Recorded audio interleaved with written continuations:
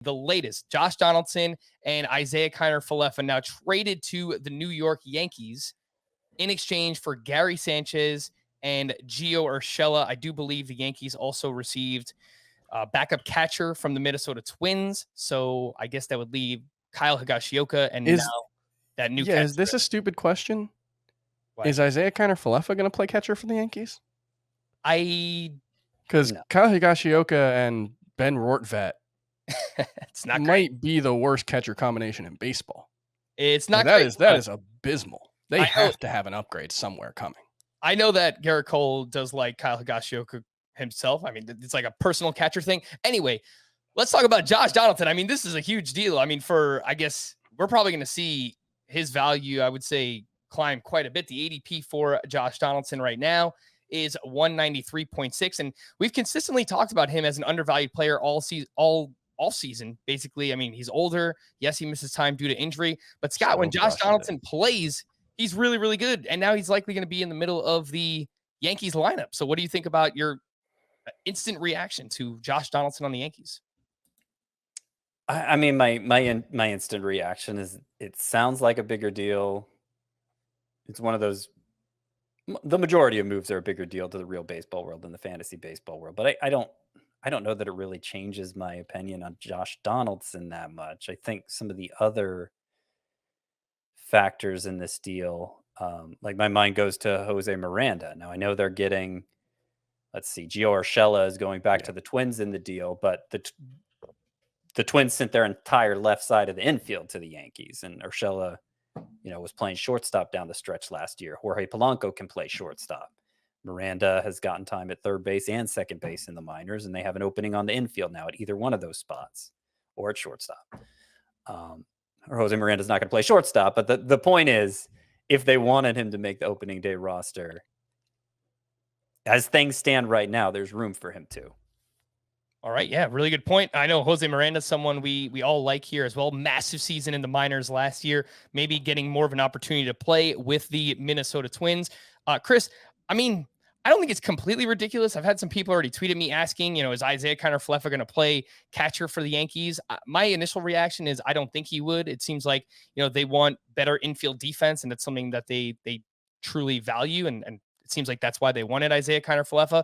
What do you think about his value? I mean, his ADP is 324. If he's an everyday player for the Yankees, it'll give you some batting average, a couple of steals. He had 8 homers, 20 steals last year. IKF over to the Yankees. What do you think, Chris?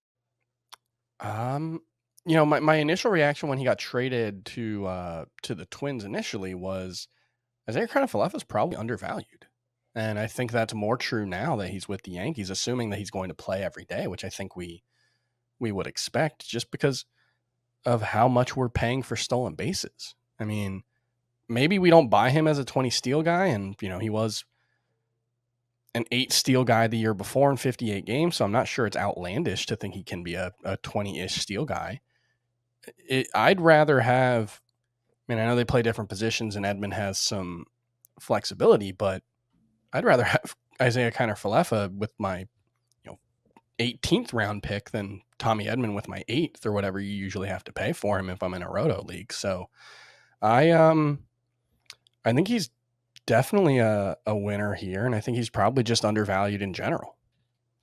All right. Yeah. I mean, he hasn't played catcher since 2019 for what it's worth. He was. Yeah. I think I think Chris was joking when he first mentioned that. It's more a comment on how bad the catchers that they currently have. Right. It was a jokey way of commenting on that. No, I mean, KINER-FALEFA is one of the best defensive shortstops. So I think that's his home now.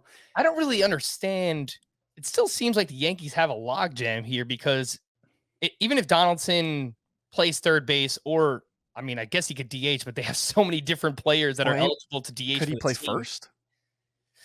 Maybe. What would that mean for Luke Voigt? Is he on the move next? They still have DJ LeMahieu that they have to fit in somewhere, whether he wants to play third base. It seems like Gleyber Torres is playing second. They don't want him to play shortstop. That experiment is over. So it feels like the Yankees have multiple moves left. I don't know what they will be. I don't know who they will involve or what positions will be, but the current Yankees roster doesn't look anywhere close to finished. All right. And again, going back to the Minnesota Twins, now let's talk about, Gary Sanchez and Gio Urshela. Scott, I mean, you talked about some of the fallout that Jose Miranda maybe gets more of an opportunity to play here. I was just about to ask you about Ryan Jeffers, who once the Mitch Garver trade happened, I thought, he'd be the starter, but now obviously they have Gary Sanchez and Gio Urshela. What do you think this does for their value moving over to the Twins? I don't think it helps. Obviously Yankee Stadium is known to benefit left-handed hitters more, the short porch and right field and all of that. And I don't know top of mind how much power they produce to the opposite field. But, in theory, it's a lesser lineup. In theory, it's a worse venue. I kind of think Gary Sanchez is in a spot where a change of scenery can only help. Yeah, I think that's the whole thing there. I'm not, how much is that worth to me in terms of draft capital? Almost zero. So I guess the one thing I would think of when I think of Gary Sanchez in this context would just be that the Twins have done a really good job the last few years of, I don't know if honing is the right word, but of getting the most out of this type of player, I guess. Byron Buxton being another like free swinging aggressive player with a lot of raw talent. And so maybe there's something there that they can identify some of the flaws in his swing. And then the Twins, I think when they broke the record for home runs a couple years ago, it was, with a lot of pull heavy power guys. And so maybe, that is certainly Gary Sanchez, and he's still, whatever else you want to say about him, he still crushes the ball. I mean, he doesn't do it very often, but he hits the ball extremely hard.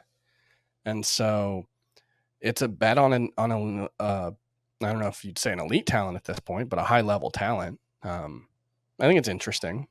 I mean, now that we have the complete terms of the deal here, unless there's something I'm missing, I mean, they gave up Donaldson and Kiner-Falefa for Sanchez and Urshela, right? And Ben Rortvedt was also but the Twins also gave him up. So right. Kind of minor league catcher. Like you just match up the names there: Donaldson, Kiner-Falefa for Sanchez and Urshela. Just matching up the names, it looks like the Twins gave up more than they got, right? And that to me, considering they just used Garver to get Kiner-Falefa to make this deal, they must value Sanchez more than Garver. Yeah, I think so.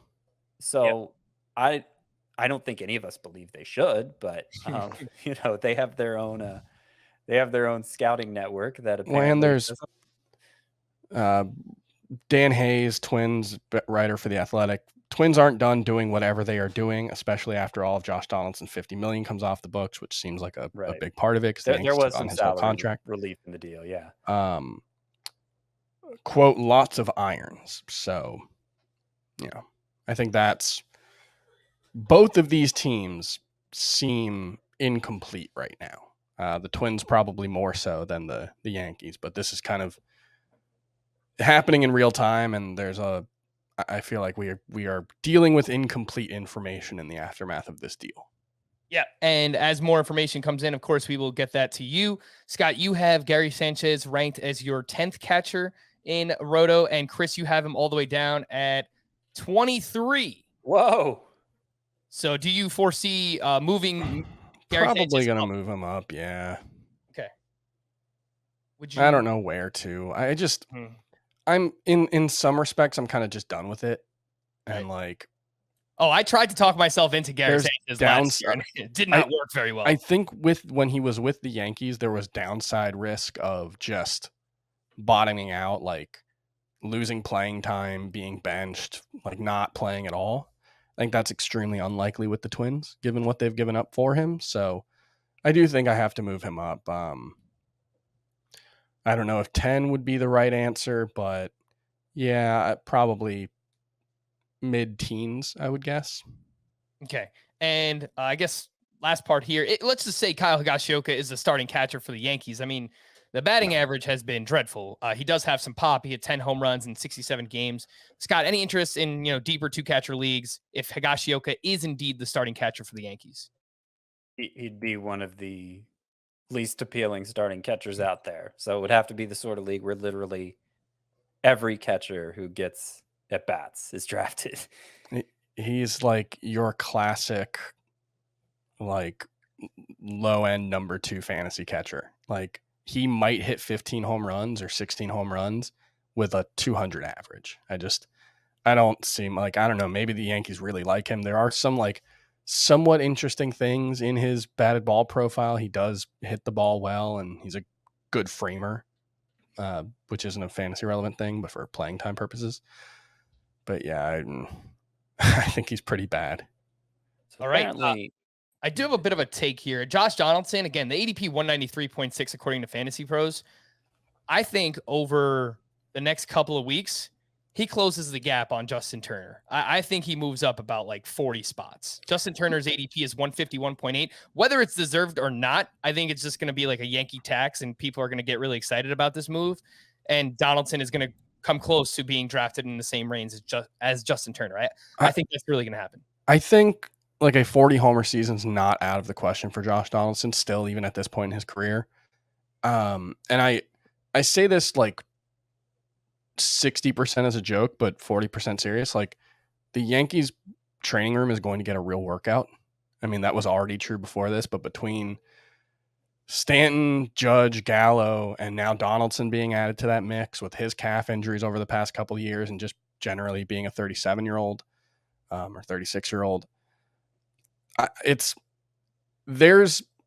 there's real research that's been done that shows that in sports, when injuries tend to beget injuries on a team-wide basis, it's not like this massive effect, and it's not consistent across all sports in the same ways, but generally speaking, the teams tend to reach a breaking point when it comes to injuries where they start to, things tend to roll, downhill really quickly in some situations. And I think the Yankees have seen that in recent years, but it's the kind of thing where you only have so many trainers and they only have so many hours in the day to work on rehabilitation and or just, getting guys fresh or keeping guys fresh. So when more of their time is spent on dealing with injured players, and then you start having to put, more on a Stanton or a Donaldson if a Judge is out or something like that, where these guys, tend to get pushed past their breaking points in ways that I do think it introduces more team-wide risk for the Yankees.